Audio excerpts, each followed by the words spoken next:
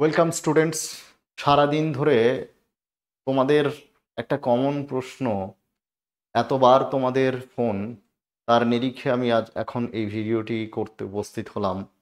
তার কারণ হচ্ছে তোমরা প্রতিনিয়ত ফোন করে যেটা আমার কাছে জানতে চাইছো। তোমাদের প্রথম প্রশ্ন হচ্ছে এসএসসির নতুন যে গেজেট নোটিফিকেশন সেটা আজকে প্রকাশ হওয়ার একটা সম্ভাবনা রয়েছে। সংবাদ মাধ্যম সূত্রে সেটা জানা যাচ্ছে। এখন তোমাদের প্রথম প্রশ্ন হচ্ছে নতুনরা পরীক্ষায় বসতে পারবে কি পারবে না। এর উত্তরে আমি বলি নতুনরা পরীক্ষায় বসতে পারবে, তেমনটাই জানাচ্ছে বাংলা সমস্ত প্রথম সারির যে নিউজ যে পোর্টাল রয়েছে, সংবাদ মাধ্যমগুলো যেভাবে জানাচ্ছে যে গেজেটে এমনটাই রয়েছে, নতুনরাও পরীক্ষায় বসতে পারছে। সুতরাং নতুনরা পরীক্ষায় বসতে পারছো।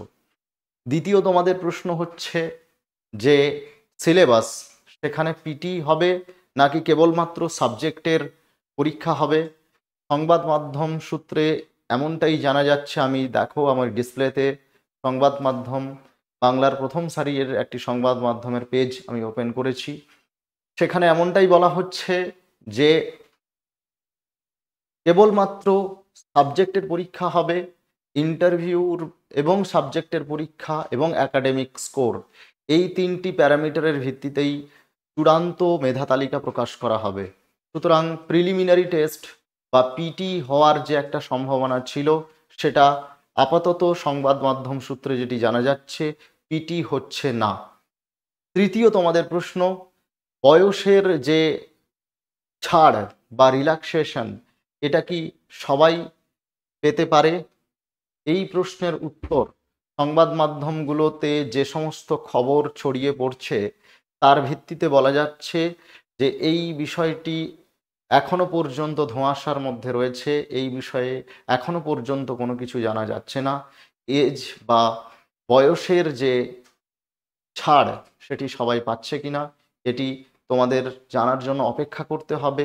যতক্ষণ না ফাইনাল বিজ্ঞপ্তি আসছে ততক্ষণ পর্যন্ত। তোমাদের এর পরের যে প্রশ্নটা বারবার আমাদের কাছে আসছে সেটা হচ্ছে ইন্টারভিউটা কি ভিডিওগ্রাফি করা হবে। অবশ্যই সংবাদ মাধ্যম সূত্রে যেটা জানা যাচ্ছে যে ভিডিওগ্রাফির মাধ্যমে ইন্টারভিউ করা হবে এবং লিখিত পরীক্ষার ওএমআর সিট, যেটা আগেও সংবাদ মাধ্যমগুলোতে বলা হয়েছিল যে তার কার্বন কপি সেটা বাড়িতে নিয়ে যেতে পারবে ক্যান্ডিডেটরা।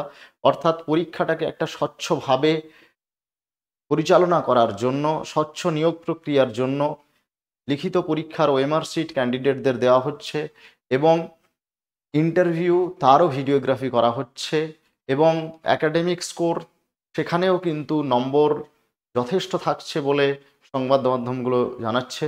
সুতরাং তিনটে প্যারামিটারের উপর ভিত্তি করে এবারের এসএসসির চূড়ান্ত মেধা তালিকা তৈরি হতে যাচ্ছে। যেটা সংবাদ মাধ্যম সূত্রে জানা যাচ্ছে প্রথমত হচ্ছে লিখিত পরীক্ষার নম্বর, দ্বিতীয়ত হচ্ছে ভাইবার নম্বর এবং তৃতীয়ত হচ্ছে একাডেমিক স্কোর এবং চতুর্থত আরেকটা যে বিষয়টা যোগ হচ্ছে সেটা হচ্ছে অভিজ্ঞতার নম্বর বা টিচিং এক্সপিরিয়েন্সের মার্কস যোগ হতে যাচ্ছে।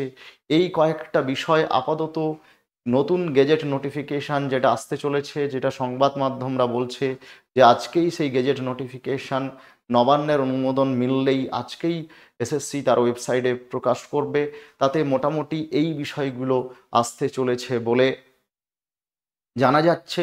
এবং সবথেকে যেটা বড় খবর, যেটা অধিকাংশ ক্যান্ডিডেট যেটা জানতে চাইছো বারবার করে, নতুনরা পরীক্ষায় বসতে পারবে কিনা, এই প্রশ্নের উত্তর আবারও তোমাদের রিপিট করছি, নতুনরা পরীক্ষায় বসতে পারবে এরকমটাই সংবাদ মাধ্যম সূত্রে জানা যাচ্ছে। আমরা পরবর্তী নোটিফিকেশানের আপডেট যা যা আসবে এবং খুব শীঘ্রই নোটিফিকেশান আসার পরে আমরা তোমাদের কাছে এ টু জেড পুরো নোটিফিকেশান নিয়ে ডিটেলসে আলোচনা করে দেব। নোটিফিকেশান ধরে ধরে প্রত্যেকটা লাইন ধরে ধরে ডিটেলসে তোমাদের ব্যাখ্যা করে দেব, যাতে কোনো ধরনের কোনো ডাউট না থাকে। এখন পর্যন্ত যা যা আপডেট এসছে আমি একই সঙ্গে বলে দিলাম, যাতে এত ফোন কল আসছে সবার ফোন রিসিভ করা সম্ভব হচ্ছে না, তাই আমি আজকে এই ভিডিওটি করলাম। এখন এই মুহূর্তে দাঁড়িয়ে যেহেতু এই ভিডিওটা করছি, আমাদের তোমরা জানো যে প্রচুর ক্লাস হচ্ছে এই চ্যানেলে, ব্যাক টু ব্যাক প্রচুর ক্লাস চলছে, সারাদিনই ক্লাস চলছে, তার মাঝখানে আমরা সময় পাচ্ছি না। তো সময় পেলাম, একটু দেরি হয়ে গেল, দেরি হলেও আমি পুরো ক্লিয়ারলি তোমাদের সংবাদ মাধ্যমগুলোতে যে খবর নানানভাবে ছড়িয়ে পড়ছে তার নির্যাস তোমাদের কাছে দিলাম। তোমরা একটুখানি ধৈর্য ধরো এবং অফিসিয়াল পেজটা ফলো করতে থাকো। Thank you so much.